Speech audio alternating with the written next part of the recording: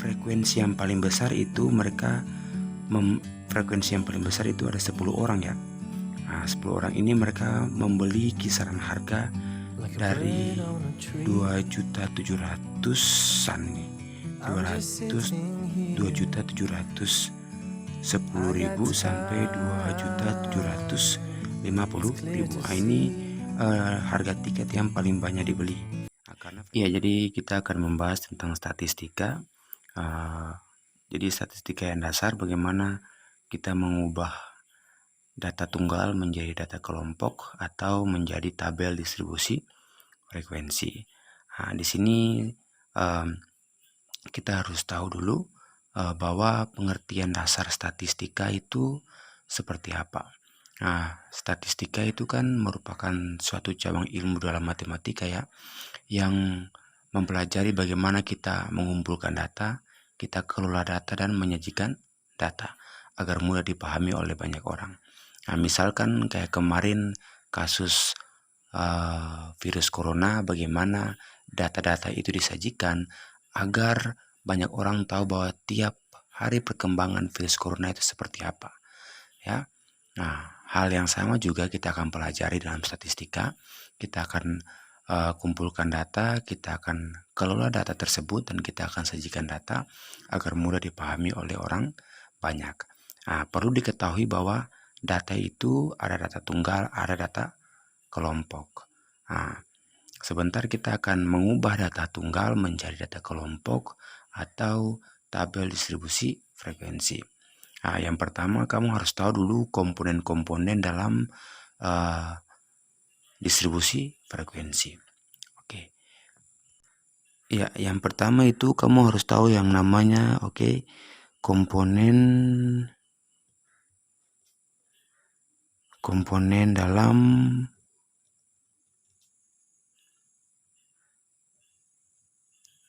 tabel distribusi frekuensi. Oke. Ya, yang pertama itu ada yang namanya kelas interval. Ya. Nah, kelas interval. Nah, kelas interval ini diartikan sebagai pengelompokan nilai dalam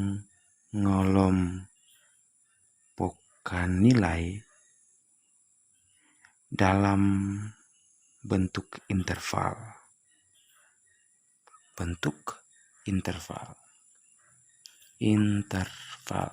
Ya. Nah, contoh seperti ini saya punya tabel distribusi frekuensi ini. Nah, ini ada intervalnya, ada frekuensinya. Nah, dikatakan kelas interval itu seperti ini. Nah, ini kelas interval yang pertama, ini kelas interval kedua, ini kelas interval ketiga, kelas interval keempat, kelima, dan keenam. Jadi dalam tabel ini ada 6 kelas interval. Nah, dalam tiap interkelasnya itu ada rentang nilai. Jadi dari kelas interval pertama itu 251 sampai 255. Jadi pengelompokan nilai dalam interval. Nah, itu dikatakan sebagai kelas interval. Nah, ya, jadi paham ya, kelas interval itu merupakan pengelompokan nilai dalam bentuk interval. Nah, dalam tabel ini ada 6 kelas interval. Oke, itu yang pertama. Yang kedua ada yang namanya batas kelas interval. Ya. Nah, kalau batas kelas interval ini terbagi dua, ada batas bawah dan batas atas. Nah, bisa kita lihat pada tabel ini, untuk kelas interval yang pertama, batas bawahnya itu 251, batas atasnya itu 255. Nah, kalau kelas interval yang kedua, batas bawahnya 256, batas atasnya 260. Nah, dan sampai seterusnya di kelas interval yang ke-6. Oke, jadi bisa mengerti batas kelas interval. Lalu yang ketiga kita kenal dengan yang namanya tepi kelas interval. Tepi kelas interval. interval. Oke, untuk tepi kelas interval ini terbagi atas dua juga, ada tepi bawah dan tepi atas. Kalau untuk mencari tepi bawahnya itu didapat dari batas bawah, yaitu dikurangi ketelitian data. Ya, batas bawah dikurangi ketelitian data. Sedangkan tepi atasnya itu didapat dari batas atas tambah ketelitian data. Nah, di sini perlu digarisbawahi bahwa untuk ketelitian datanya, ketelitian data itu kita bisa gunakan 0,5 atau 0,05. Nah, saat apa kita gunakan 0,5 atau 0,05 itu tergantung dari datanya sendiri. Nah, kalau datanya berbentuk bilangan bulat, ya, datanya berbentuk bilangan bulat seperti ini, 251, 255, 256, 260, itu bilangannya kan bulat. Nah, saat bilangannya bulat, ketelitian datanya kita gunakan 0,5. Nah, sedangkan kalau 0,05 itu digunakan saat datanya itu berbentuk desimal. Contoh, 261,3, 265,4, 270,8. Itu kan berbentuk desimal atau bilangan koma-koma itu. Nah, kalau bilangannya berbentuk desimal, untuk ketelitian datanya kita gunakan 0,05. Oke, jadi 0,5 saat datanya itu berbentuk bilangan bulat, sedangkan 0,05 saat datanya berbentuk desimal. Oke. Nah, lalu yang keempat, panjang kelas.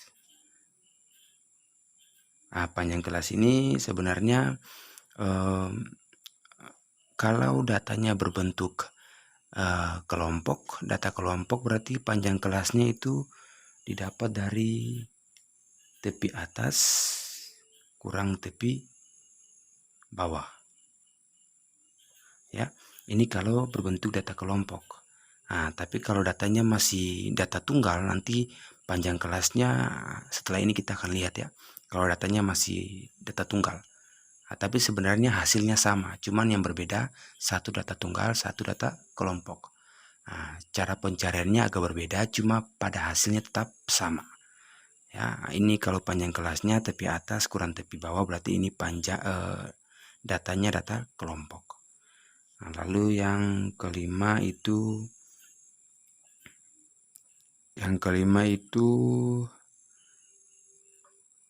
nilai tengah. Nilai tengah ini didapat dari batas atas ditambah batas bawah dibagi semua dengan 2. Oke. Nilai tengah didapat dari batas atas tambah batas bawah dibagi dengan 2. Oke. Contoh ini 251 sampai 255. Untuk mencari nilai tengahnya berarti 255 ditambah 251 hasilnya berapa, baru dibagi dengan 2. Itu akan mendapatkan nilai tengahnya. Kelas interval kedua juga demikian, 260 tambah 256 dibagi 2, nanti dapat nilai tengahnya sampai kelas interval yang ke-6. Oke. Nah, itu adalah merupakan komponen-komponen dalam tabel distribusi frekuensi. Ada kelas interval, ada batas kelas, tepi kelas, panjang kelas, dan nilai tengah kelas interval. Ya, oke. Jadi sekarang kita akan membuat data kelompok yang tadinya data kelompok, kita buat dia menjadi data yang tadinya data tunggal, kita buat dia menjadi data kelompok. untuk membuat menjadi data kelompok itu ada 3 hal yang perlu kita perhatikan. Yang pertama, ini saya tulis dulu cara membuat data tunggal menjadi data kelompok. Menjadi data kelompok. Menjadi data kelompok. Oke. Yang pertama yang kamu harus perhatikan itu adalah yang namanya jangkauan. Nah, jangkauan ini kita bisa dapat dari data terbesar kurang data terkecil. Nah, nanti jangkauan ini misalnya dalam suatu data kayak ini. Nah, kayak ini misalkan ini kan data tunggal nih. Ini kan data tunggal, sedangkan ini data kelompok. Nah, dari sini kamu lihat data yang paling besar yang mana. Oh, ini kan data yang paling besar 279. Data yang paling kecil 251. Maka jangkauannya dapat 279 dikurangi 251. Oke. Nah, lalu yang kedua yang namanya kelas interval. Nah, kelas interval ini kita harus cari supaya sebentar kita tahu ada berapa kelas dalam tabel tersebut. Nah, kelas interval ini dia mempunyai rumus 1 tambah 3,3 log n. Nah, n dimaksudkan merupakan banyaknya data. Banyak data, ya. Nah, n merupakan banyak data. Contoh, ini kan data tunggal nih. Data tunggal ini banyaknya ada berapa? Oh, ada 40, berarti n-nya 40. Nah, lalu yang ketiga ada yang namanya panjang kelas. Nah, panjang kelas ini merupakan panjang kelas pada data tunggal. Nah, kalau panjang kelas data tunggal itu rumusnya saat sudah dapat jangkauan, sudah dapat kelas interval, berarti panjang kelasnya jangkauan membagi kelas interval. Ini yang J ini jangkauan, yang K ini kelas interval. Nah, ini panjang kelasnya merupakan panjang kelas data tunggal ya. Sedangkan yang tadi yang sudah saya jelaskan panjang kelas yang tepi atas kurang tepi bawah itu merupakan panjang kelas data berkelompok. Nah, untuk konsepnya mungkin agak berbeda tapi hasilnya tetap sama ya. Nah, oke, jadi ini 3 cara untuk pembuatan distribusi frekuensi ya dari data tunggal menjadi data kelompok. Ya, oke, kita akan langsung saja untuk membuat data tunggal menjadi data kelompok. Ya, sebagai contoh di sini saya punya data tunggal ini. Saya punya data tunggal saya ambil dari sampel 40 orang ya. Jadi data ini dimaksudkan sebagai data harga tiket konser ya. Ini data harga tiket konser dalam harga rupiah jutaan ya. Misalkan 253 ini artinya 2.530 sekian. Oke. Nah, dan seterusnya. Ini saya hanya gunakan angka yang ininya, tapi untuk angka jutanya saya hilangkan, tapi ini semuanya datanya dalam harga juta. Nah, jadi ini data harga tiket konser masih berupa data tunggal untuk 40 orang yang membeli ya. Jadi saya akan mencari, saya akan membuat data ini sehingga data ini kita lihat bahwa sebenarnya berapa banyak orang atau lebih banyak atau frekuensinya berapa yang tingkat membeli tiketnya itu ada di kisaran harga berapa. Jadi lebih banyak itu orang membeli tiket itu kisaran di harga berapa. Jadi dari data ini saya ambil sampel. Nah, kita akan mencari tahu dengan mengelompokkan datanya. Artinya yang data ini tunggal kita ubah menjadi data kelompok supaya kita tahu bahwa ada berapa banyak atau frekuensi yang paling banyak itu membeli tiketnya itu ada di kisaran harga berapa. Oke, yang pertama kita akan buat itu yang namanya jangkauan. Ya, kita harus buat jangkauan. Jangkauan ini didapat dari tadi data terbesar kurang data terkecil. Di sini data terbesarnya 279, sedangkan data terkecilnya itu 251. 279 kurang 251 hasilnya 28. Nah, yang kedua kita mencari kelas interval. Nah, kelas interval tadi rumusnya 1 tambah 3,3 log N. Nah, N ini merupakan banyaknya data. Banyaknya data dari ini ya. Ini kan ada 40. Berarti N-nya itu 40.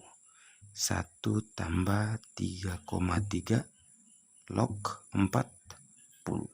Ya. Nah, 1 tambah 3,3 log 40 ini hasilnya itu 1,60 sekian-sekian. Ya, ini saya ambil angka, 2 angka di belakang koma saja ya. Nah, 1 tambah 3,3 kali 1,60 itu hasilnya 5,28.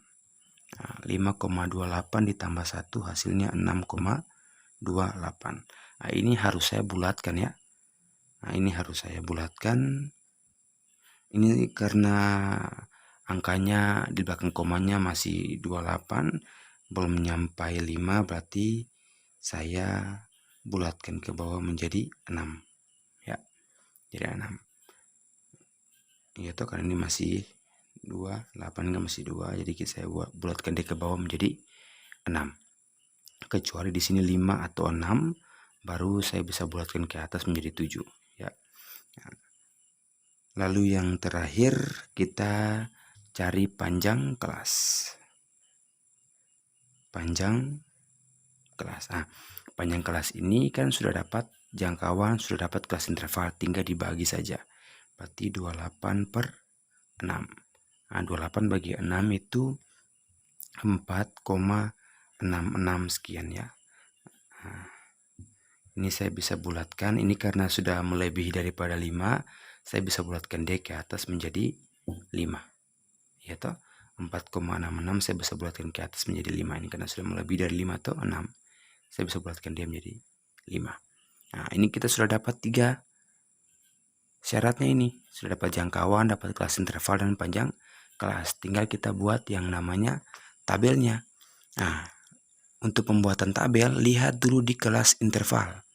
Oh, kelas intervalnya ada 6. Berarti sebentar kelas-kelasnya itu ada 6. Ya toh. Tinggal saya tulis di sini. Oh, misalnya ini harga tiket. Ya. Harga tiket.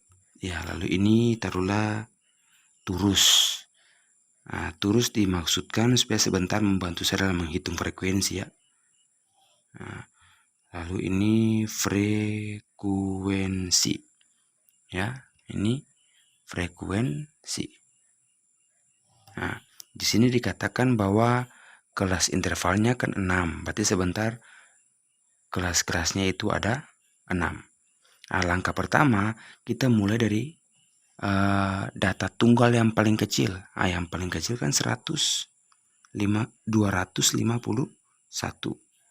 Nah, 251. Nah, intervalnya ini harga tiket berarti kan interval tuh 251 kamu tambahkan dengan ini. Panjang kelasnya kan 5. Nah, jadi P kurang 1 sama dengan panjang kelas ini. Anggaplah P ini panjang kelas ya. Oh, panjang kelasnya kan 5, berarti 5 kurang 1, 4. Berarti sebentar kamu akan jumlahkan 251 ditambah dengan 4. Oh, 251 tambah 4 berarti 255. Nah, ini kelas interval yang pertama. Nah, oke. kelas interval yang pertama. Nah, kenapa saya harus kurangkan dengan 1? Supaya sebentar nanti saat di kelas interval yang ke-6 nanti, itu intervalnya tidak terlalu berjauhan dengan data terbesar pada data tunggal ini. Ya, nah, saya harus kurangkan dengan 1. Nah, kalau kamu tambahkan dengan 5, nanti sebentar di kelas interval yang ke-6 atau kelas interval yang terakhir, nanti nilainya itu akan jauh dari nilai tertinggi pada data ini, ya. Maka saya harus kurangkan dengan 1, ya. Oke. Nah, berarti sudah ya, kelas interval yang pertama, ambil yang paling kecil itu 251 ditambah dengan 4 menjadi 255. Oke, itu kelas interval yang pertama. 255 kan sudah nih, berarti di bawah 256. Ditambah dengan 4 lagi, berarti 260. Ini kelas interval yang kedua. 260 kan sudah nih. 260 kan sudah, berarti di bawahnya 261. Ditambah lagi dengan 4, berarti 265. Kelas interval yang ketiga. 265 kan sudah, berarti 266. Ini ditambah dengan 4 lagi, berarti 270. 270 kan sudah, berarti 271. Ditambah dengan 4 lagi, berarti 275. Oke, 276, ya toh. Ditambah dengan 4 berarti 280. Oke. 1, 2, 3, 4, 5, 6, ya toh, kan kelas intervalnya ada 6. 1, 2, 3, 4, 5, 6, ya. Nah, ini kan yang paling terakhir 280, dia tidak terlalu jauh dari data paling besar toh. Itu yang dimaksudkan. Lalu yang di bawah ini kita tulis jumlah. Sekarang kita harus gunakan turus untuk penentuan frekuensi. Artinya turus ini membantu ya, membantu untuk penghitungan frekuensi. Kita bisa lihat pada data tunggal di sini. Ini sebenarnya kan kita bisa menghitung saja, 251 sampai 255 itu kan artinya intervalnya itu ada 251, 252, 253, 254 dan 255. Tinggal kita cari di sini saja. Tapi kan kalau mencarinya kan agak bukan lama ya, tapi takutnya ada kesalahan. Makanya saya gunakan pendekatan turus. Gunakan pendekatan turus artinya seperti ini. Misalnya 253. Saya coret 253. Saya coret 253. Tinggal lihat 253 itu ada di kelas interval yang keberapa? Ada di kelas interval yang pertama. Yaitu kan 253 ada di antara ini, interval ini. Maka tinggal kamu turuskan dia, 1. Lalu yang berikutnya 271. 271 kamu coret. Lalu lihat intervalnya itu ada di mana? Ada di kelas interval yang kelima. Tinggal kamu turuskan dia, gitu. Dan seterusnya ya. Dan seterusnya ini. Semua kamu coret sampai dia ini 269. Coret dia. Itu ada di interval yang keberapa? Ada di interval yang keempat. Ya, teruskan dia. Sampai semuanya selesai. Oke, 274 berarti di sini. Oke, 279 berarti ada di sini. 263 ini ya di sini. Iya toh, rentangnya ini intervalnya. Intinya kamu buat ya. Ini saya langsung kasih cepat saja videonya. Yang penting kamu paham ya untuk penentuan turus-turusnya ini. Oke, dan terakhirnya itu 274 ada pada interval yang kelima. Oke. Iya, yang terakhir. Tinggal kita hitung saja. Oh, terusnya ini 5, 7, berarti frekuensinya ada 7. Ini 5, frekuensinya 5. Ini 5 juga. 5. Ini ada 538. Ini ada 10. Ini ada 5. Oke, ini frekuensinya. Intinya jumlahnya itu semuanya harus 40. Oke, 5, 10, 15. Ini 18, 30, 10. Benar ya? Jumlahnya semua ada 40. Sesuai dengan 40 orang tadi sebagai sampel yang membeli tiket ya. Nah, maka di sini kita bisa lihat. Dari data ini kita bisa lihat bahwa frekuensi yang paling besar itu frekuensi yang paling besar itu ada 10 orang ya. 10 orang ini mereka membeli kisaran harga dari 2.700.000-an nih. 2.710.000 sampai 2.750.000. Ini harga tiket yang paling banyak dibeli. Karena frekuensi yang paling banyak kan 10. Setelah itu baru 2.600.000 sampai 2.700.000 sekian. Itu ada 8 orang. Dan seterusnya ya. Dari tabel distribusi frekuensi ini informasinya kan lebih mudah dipahami ya, mudah dipahami dibandingkan dengan data tunggal tadi. Kalau data tunggal kan hanya kita melihat data harga tiket ya, data harga tiket. Sedangkan kalau yang distribusi frekuensi kita melihat berapa banyak orang yang lebih dominan, mereka beli lebih banyak itu harga tiket yang mana. Di situ kita sudah menganalisis datanya, kita sudah kelompokkan datanya sehingga mudah dipahami oleh orang. Jadi seperti itu caranya kita membuat tabel distribusi frekuensi yang tadinya data tunggal dia menjadi data kelompok. Oke, saya harap kamu mengerti. Yang penting kamu pelajari terus, pahami konsep dan latihan terus-menerus.